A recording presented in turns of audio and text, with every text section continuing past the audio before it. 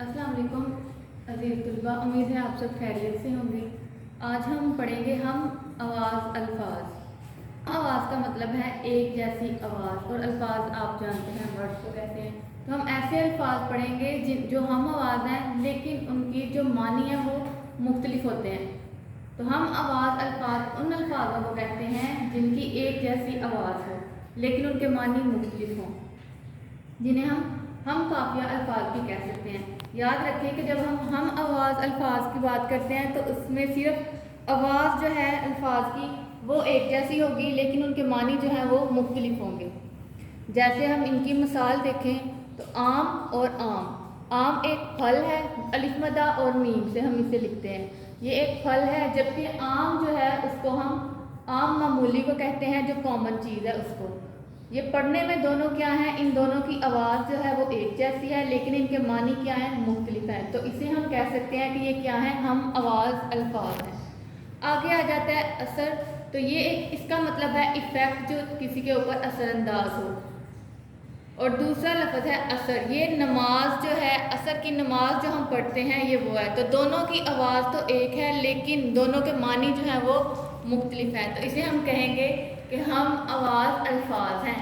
आगे इसके बाद आ जाता है अर्ज़ और अर्ज़। अर्ज़ का मतलब है ज़मीन, जो अलिफ से है, जबकि अर्ज़ का मतलब है गुजारिश करना। आगे आ जाता है अलम और अलम। अब जो अलम है अलिफ लाम और मीम, इसका मतलब है रंज और गम, जबकि अलम का मतलब है परचम। तो ये कुछ ऐसे अल्फाज हैं जो हम आवाज़ हैं लेकिन इनके मानी जो हैं वो मुख्तलिफ हैं। तो इसके अलावा भी बहुत सारे ऐसे अल्फाज हैं जो हम आवाज़ होते हैं लेकिन उनके मानी मुख्तलिफ होते हैं। उन्हें हम काफिया अल्फाज भी कहते हैं। अगर हम शायरी की बात करें तो उसमें हम कहते हैं कि हम काफिया अल्फाज ऐसे अल्फाज हैं जो हम आवाज़ होने के साथ साथ हम वज़न भी हों, यानी कि उसमें जो है वो आवाज़ जो है वो इतनी मुमासलत नहीं रखती जितनी हम आवाज़ अल्फाज की होती है। जैसे आम और आम, ये बिल्कुल क्या है, सुनने और पढ़ने में एक जैसे हैं लेकिन इनके मानी मुख्तलिफ हैं। लेकिन काफिया में क्या होगा, हम ऐसे अल्फाज आएंगे जो कि हम वज़न होंगे। जैसे खाना पीना, आना जाना, इनमें क्या है, ये हम वज़न तो हैं लेकिन ये इमला जो है इनकी वो भी मुख्तलिफ है और ये हम आवाज़ बिल्कुल नहीं है, यानी कि ये मुकम्मल मुमासलत नहीं रखते एक दूसरे से जिस तरह से हम आवाज़ अल्फाज रखते हैं। तो क्या है, इसमें ऐसे अल्फाज आ जाते हैं इस्लाही मानी में अगर हम देखें तो वो हम वज़न और हम आवाज़ अल्फाज आएंगे जो कि शेर के आखिरी मिसरे में इस्तेमाल होते हैं, जिनको हम क्या कहते हैं, जो कि शायरी में इस्तेमाल होते हैं, हम वज़न अल्फाज, जो कि क्या है, जो रदीफ से पहले हैं। यानी कि शायरी में जब हम शेर लिखते हैं तो उसमें हम काफिया, इनका मतलब है कि पीछे आने वाले अल्फाज, जो कि रदीफ, जो आखिर में लफ्ज़ इस्तेमाल किया जाता है गज़ल में, नज़म में, तो उससे पहले गज़ल में क्या है, काफिया अल्फाज का इस्तेमाल किया जाता है।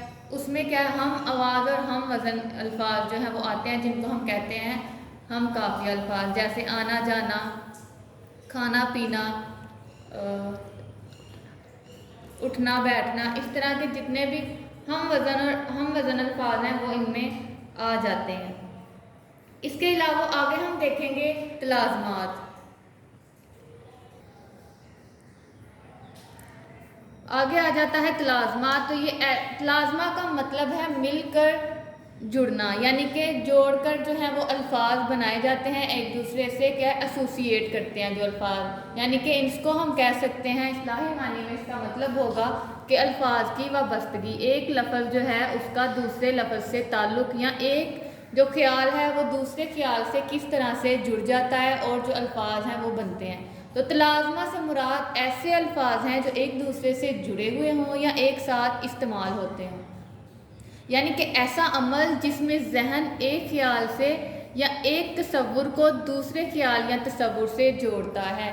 जब हम कोई चीज़ अपने जहन में लाते हैं, कोई ऐसी चीज़ जिसे सोचकर या देखकर हमारे जहन में उससे रिलेटेबल चीज़ें जो हैं वो हमारे माइंड में आ जाती हैं, उसको हम कहते हैं तलाज़मात हैं। इसको अंग्रेज़ी में एसोसिएशन भी कहा जाता है, यानी कि दूसरे अल्फाज के साथ उनकी वाबस्तगी। اگر ہم ان کی مثالوں کو دیکھیں تو آ جاتا ہے جیسے اگر ایک لفظ ہے بازار، اس کو ہم تلازمہ کے طور پر استعمال کریں تو اس سے ایسوسیٹڈ جتنے بھی الفاظ ہیں یا چیزیں ہیں وہ ہمارے ذہن میں آ جائیں گی، یعنی کہ اس کو خیال میں لاتے ہی ہمارے ذہن میں جو بھی دوسرے خیالات اور تصورات آئیں گے ہم ان کو کہیں گے کہ وہ تلازمات ہیں۔ یعنی کہ بازار ہے تو اس سے دیکھ کر آپ کو ذہن میں کیا چیزیں آ رہی ہیں؟ دکانیں، دکاندار، گاہک، رکشے، گاڑیاں، ٹھیلے وغیرہ، یہ ساری چیزیں کیا ہیں؟ بازار سے ایسوسیٹ کر رہی ہیں، اس سے کیا ہے؟ جڑی ہوئی ہیں۔ تو یہ ان کی وابستگی جو ہے آپس میں وہ کس وجہ سے ہے؟ ان کو اسی لیے تلازمات کہا جاتا ہے، ایسے الفاظ کو جو ایک دوسرے سے جڑے ہوں۔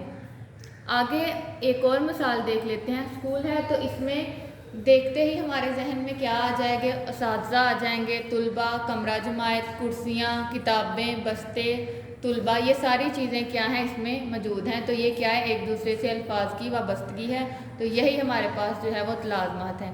اس کے علاوہ اگر ہم کسی اور مثال کی بات کریں، جنگل جو ہے اس کا استعمال کریں اس لفظ کے لیے، تو اس کو دیکھتے ہی آپ کے ذہن میں کیا چیزیں آ جائیں گی؟ جانور، پودے، پھل اور جتنی بھی چیزیں چرند پرند وہاں پہ موجود ہیں وہ سارے آپ کے ذہن میں آ جائیں گے، تو وہ سارے الفاظ کیا ہیں؟ وہ تلازمات کہلائیں گے۔ یہ تو چند ایسے الفاظ ہیں جنہیں آپ دیکھ کر محسوس کر لیتے ہیں اور آپ ان سے وابستہ الفاظ یا ان سے جڑے ہوئے الفاظ کو تلاش کر لیتے ہیں۔ اگر میں بات کروں سورج کی، تو اس کو ہم استعمال کریں تو ان کے لیے جو ہے 5 تلازمات میں آپ کو کہوں کہ آپ ڈھونڈ کر لکھیں تو آپ کیا لکھیں گے؟ تو سورج کے لیے پہلے تو ہم لکھیں گے روشنی، توانائی، اس کے علاوہ کیا ہے؟ یہ زندگی کے لیے ضروری ہے، تو یہ ہمارے پاس اس کے آ جائیں گے تلازمات۔ روشنی، توانائی، حرارت دیتا ہے ہمیں، نعمت ہے ایک، اور کیا ہے؟ زندگی، یعنی کہ اس سے ایسوسیٹ جتنے بھی الفاظ ہیں وہ ہم اس میں لکھ سکتے ہیں۔ اگر میں بات کروں ایندھن، تو ایندھن کے لیے کیا کیا الفاظ استعمال ہوں گے؟ درخت ہے، گیس ہے، لکڑیاں، کھانا اور گاڑیاں، یہ سارے جو ہیں اس سے وابستہ الفاظ ہیں۔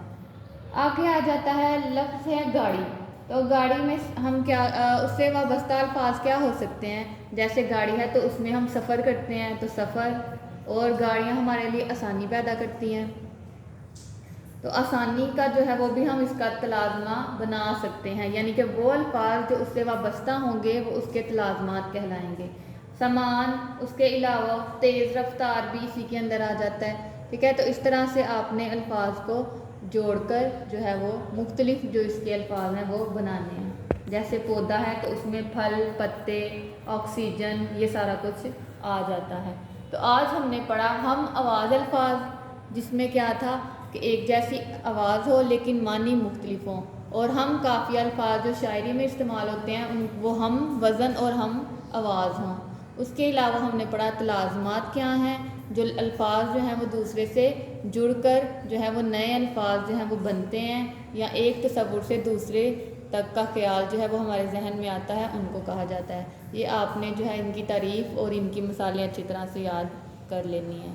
امید ہے آپ کو سمجھ آ گئی ہوگی، اگر کسی کو نہیں آئی تو وہ وہاں پہ میسج کر کے پوچھ سکتا ہے۔ اللہ حافظ۔